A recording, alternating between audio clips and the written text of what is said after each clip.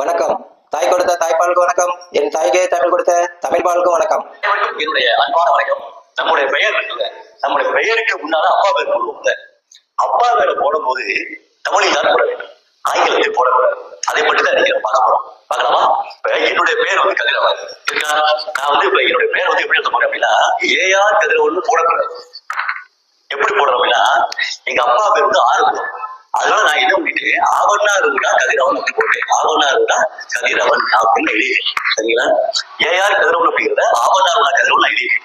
இப்ப ஏஆர் கதிரவன் போடக்கூடாது. ஏன் அப்படின்னா, ஏஆர் அப்படிங்கிறது ஆங்கில எழுத்துக்கள், கதிரவன் அப்படிங்கிறது தமிழ் எழுத்துக்கள். இந்த ஆங்கிலத்தையும் தமிழை கலந்து எழுதக்கூடாது. அப்படி நீங்க பெயர் எழுதணும் தமிழரை எழுதி நினைச்சீங்கன்னா, ஒருத்தரோட பேர் வந்து கந்தசாமி இருக்கு, அவங்க அப்பா ஒரு கருப்பையான இருக்கு, அவர் கே கந்தசாமி எழுதுவது. கே கந்தசாமி எழுதக்கூடாது. எப்படி எழுதுறீங்களா? அவங்க அப்பா ஒரு கருப்பையானே கந்தசாமி அப்படின்னு, கந்தசாமி அப்படின்னு. என்னைக்காவது நம்ம இப்படி எழுதிக்கமா, சாப்பிட்டு கந்தசாமி கூட எழுதிக்கமா? நீங்க வந்து கந்தசாமி அப்படின்னு போட்டு என்னைக்கா எழுதிக்கமா? எழுத மாட்டேன். அப்ப அப்பாவுடைய பேர் தமிழத்தாகவும் தன்னுடைய பேரை ஆங்கிலத்திலும் என்னைக்கா எழுதிருக்கமா? எழுதல. அப்ப அதே மாதிரி கே கந்தசாமி என்று எழுதுவதற்கு பதிலாக க கந்தசாமி என்று எழுதிப்பார்கள். உண்மையிலேயே ரொம்ப சிறப்பாக ஆறு கதிரவன் போடுறோம், க கந்தசாமி போடுறோம்.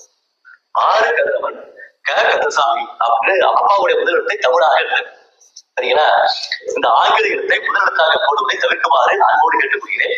இன்னொரு செய்தி என்னன்னு கேட்டீங்கன்னா, நீங்க தமிழில் தான் கையெழுத்து போட வேண்டும் என்று தமிழ்நாட்டில் இருந்து கொண்டு தமிழில் தான் கையெழுத்து போட வேண்டும், ஆங்கிலத்தில் தயை கொண்டு கையெழுத்து போட வேண்டாம் என்பதை கன்னிச்சாலை நேயர்கள் சார்பாக கேட்டுக்கொள்கிறேன்.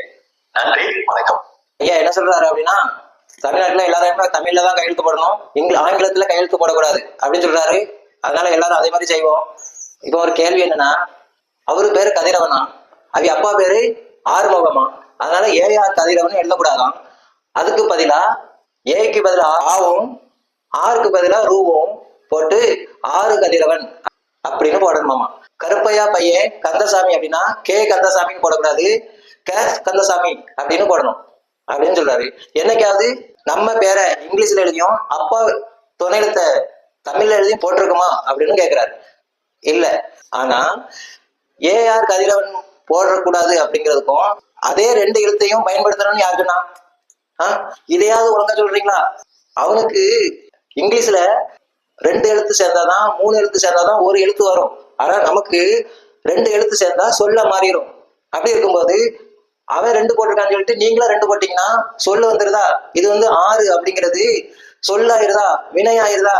இப்போ ஆறு கதிரவன் அப்படின்னா ஒரு கதிரவன் தானே இருக்கு, எத்தனை பேரு, என்ன அஞ்சு இங்க அப்படிங்கிற கேள்வி வந்துடும்ல.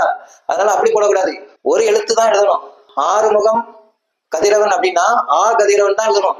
கருப்பையா மகே கந்தசாமி அப்படின்னா க கந்தசாமி தான் போடணும். அதுக்காக அவன் ரெண்டு போடுறான் அப்படிங்கிறக்காண்டி நம்மளும் அப்படி போடக்கூடாது. அப்பா பேரு வெள்ளையா அப்படின்னாங்கன்னா பையன் பேர் எழுதும் போது வெள்ளுன்னு எழுதுறதா? பையன் பேரு கந்தசாமினா அப்பா பேரு கருப்பையா கரு கந்தசாமின்னு எழுதுறதா? கரு வெறு உள் உரு இப்படி எழுதுறதா? அப்படி எழுதக்கூடாது, ஒரு எழுத்து தான் போடணும். அவனுக்கு கந்த அப்படிங்கிறதுல மூணு எழுத்துக்கு அவனுக்கு எத்தனை எழுத்து வந்திருக்கு பாருங்க, ஆறு எழுத்து வந்திருக்கு. அதனால அவன் ரெண்டு எழுத்து மூணு எழுத்து சேர்த்து போடுறான். அதுக்காண்டி அதே மாதிரி நம்ம பார்த்து எழுதுறோம்னா அது எதுக்கு எழுதுறான்னு கேட்க. அப்படி எழுதக்கூடாது, ஒரு எழுத்து தான் போடணும். துணை எழுத்து வந்து ஒரு எழுத்து தான் போடணும். அதையாவது ஒழுங்கா சொல்ல மாட்டேங்க, அதுவும் சொல்ல மாட்டேங்க. அடிப்படை மொழிங்கிற விஷயமே தெரிய மாட்டேங்குது. அப்படி இருக்கும்போது எப்படி பாடம் தெரியுனே தெரியல. கந்தசாமி இங்கிலீஷ்ல எழுதி அப்ப பேரு தமிழ்ல போடக்கூடாதான்? இதெல்லாம் சரிதான். ஆனா எனக்கு சந்தேகம், ஒரு சந்தேகம் என்னன்னா, இப்போ ஜோசப் மகன் ஜெபஸ்டின், இது எப்படி எழுதுறது? அப்பா பேரு ஜோசப், ஜெபஸ்டிங்கிறது பையன். இப்ப எப்படி எழுதுறது இத? எதுக்கு வந்தாலும் இதுக்கு தானே வரிய, கந்தசாமி, கருப்பசாமி, பெரியசாமி, ராமசாமிக்கு தானே வரிய. இந்த இதுக்கு எங்க போறது? இதுக்கெல்லாம் ஒருத்தருக்கு வர மாட்டீங்க. பேர் சொல்ல வந்தாலும் சரி, மொழியில வந்தாலும் சரி, இதெல்லாம் மறந்துடுறிய. இந்த சமஸ்கிருதம் வடமொழிங்கிற இதே இப்படிதான் இருக்கும். எதுக்கு வந்தாலும் இதுக்கு மட்டும் தான் வருவான், இதுக்கெல்லாம் வர மாட்டான். மொழிக்கு வந்தாலும் இதுக்கு வர மாட்டான், ஜோசப் ஜெபஸ்டினுக்கு வர மாட்டான். காதலுக்கு வந்தாலும் ஆயிஷாக்கும் ஜெனிஃபருக்கும் வர மாட்டான், திவ்யாக்கு மட்டும் வருவான். காதலுக்கு வந்தாலும் திவ்யாக்கு மட்டும் வருது. ஆயிஷாவும் அதே பொண்ணு தானே, ஜெனிஃபரும் அதே பெண்ணு தானே. அது என்ன திவ்யாக்கு மட்டும் பேசுறிய? ஜோசப் ஜெபஸ்டின் வைக்க கூடாது தானே? அதை சொல்ல முடியுமா? இல்ல அதை சொல்ல முடியுமான்னு கேட்கேன். பிறகு இதுக்கு மட்டும் பாடம் எடுத்துட்டு இருக்கியா? அதுவும் ஒழுங்கா எடுத்தீங்களா? அதுவும் கிடையாது. இதுக்கு யாரு கூட இருப்பா? இதுக்கு யாரு கூட இருப்பா? எல்லாரும் தமிழ்ல பேர் வைக்கணும், தமிழ்ல பேர் வச்சோன்னு தான் அரசு பண்ணி வழங்கப்படும் சொல்ல முடியுமா? எல்லாரும் பேர் வச்சு எப்படி பேரு இப்ப இப்படி வச்சு பாரு. ஜோசப் ஜெபஸ்டின் எங்க இருந்து வந்தது?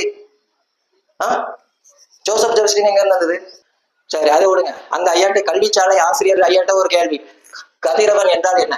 முதல்ல உங்க பேர் சொல்லுங்க, அர்த்தம் சொல்லுங்க. இது எப்படி பிரிப்பீங்க? பிரிச்சா என்ன பொருள் தரும்னு சொல்ல முடியுமா? கதிரவன் என்றால் என்ன? ஹிந்தி அந்நிய மொழி, சமஸ்கிருதம் வடமொழி அப்படின்னு சொன்னீங்கன்னா உங்க வாயில் தமிழ் நிக்காது. முத்தமிழ்ங்கிறது, மூன்று தமிழ்ங்கிறது, பதந்தமிழ்ங்கிறது, பைந்தமிழ்ங்கிறது, தீம் தமிழ்ங்கிறது எல்லாம் முத்தமிழ் மட்டும்தான். இயல் இசை நாடகம் கிடையாது. முத்தமிழ்னா சமஸ்கிருதம், ஹிந்தி, தமிழ், இந்த மூணும் சேர்ந்துதான் முத்தமிழ். தமிழுக்கு அர்த்தம் சொல்லணும்னா நீங்க ஹிந்தி தெரிஞ்சாதான் தமிழுக்கு அர்த்தம் சொல்ல முடியும். ஏன்னா ஹிந்திங்கிறது முத்தமிழ்ல வர ரெண்டாவது தமிழ் ஹிந்தி. நாம பேசிட்டு இருக்கிறது சமஸ்கிருதம். அதாவது பதம், பகுபதம், பகாபதம். பகுப்பதமும் பகாபதமும் ஒண்ணு சேர்ந்ததுன்னா பதமாயிரும். பதத்தை பிரிச்சுக்கினா பகுப்பதமும் பகாபதமும்னு ரெண்டு பிரியும். அவ்வளவுதான். இந்த ரெண்டையும் ஒண்ணு சேர்த்தா பதம், பதத்தை பிரிச்சா பகுப்பதம், பகாபதம், இந்த ரெண்டா வந்துடும். எதெல்லாம் நீங்க சமஸ்கிருதம் சொல்றீங்களோ அதை பிரிச்சுட்டு உள்ள போனீங்கன்னா தமிழ் இருக்கும். எதெல்லாம் நீங்க தமிழ்னு சொல்றீங்களோ அதை பிரிச்சுட்டு உள்ள போனீங்கன்னா ஹிந்தி இருக்கும். உதாரணத்துக்கு பாருங்க, திராவிடம் சமஸ்கிருதம் தானே, அதை பிரிச்சுட்டு உள்ள போனீங்கன்னா திரு கூட்டல் அவர் கூட்டல் இடம் அப்படின்னு வந்துடும். இப்ப மூணு தமிழ் தானே. அதே மாதிரி அவசரம் அப்படிங்கிறது, அவசரம், அர்ச்சனை அப்படிங்கிறதுலாம் வடமொழிங்காங்களா, அதெல்லாம் அது அவசரம் அப்படின்னா அவர் கூட்டல் சார் கூட்டல் அறம், அவசரம் அப்படி வரும். அதே மாதிரி அம்மா அப்படின்னு தமிழ் தானே, அதை பிரிச்சீங்கன்னா உள்ள ஹிந்தி வந்துடும்.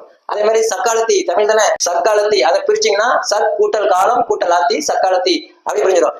இந்த சக்குங்கிறதும் இந்த ஆத்திங்கிறதும் ஹிந்தி. ஹிந்தி தெரிஞ்சாதான் பதில் சொல்ல முடியும். ஹிந்தி தெரிஞ்சு இது சமஸ்கிருதம். மூணையும் ஒண்ணு அடைச்சு ஒரு பொருள் தரும். அது கேட்க அவ்வளவு அழகா இருக்கும். அப்படி மத்தாளம், மத்தாப்பு, பருப்பு கடையில மத்து, இப்படி எதை எடுத்தாலுமே மேடை, மாநாடு, மேடை, அதுக்கப்புறம் அம்மா, மாணவி, கல்வி, அரசியல், வணக்கம், பகுத்தறிவு, மாண்புமிகு, இருமாப்பு, கடவுள், நாம் தமிழர் கட்சி. கல்வி தமிழ் தானே, பிரிச்சிங்கன்னா என்னன்னு கேட்க சொல்ல தெரியாது. ஆனா பிரிச்சு உள்ள போனீங்கன்னா ஹிந்தி தான் இருக்கும், வேற எதுவும் இருக்காது. ஹிந்தி, சமஸ்கிருதம், தமிழ், இந்த மூணு சேர்ந்து தான் முத்தமிழ்.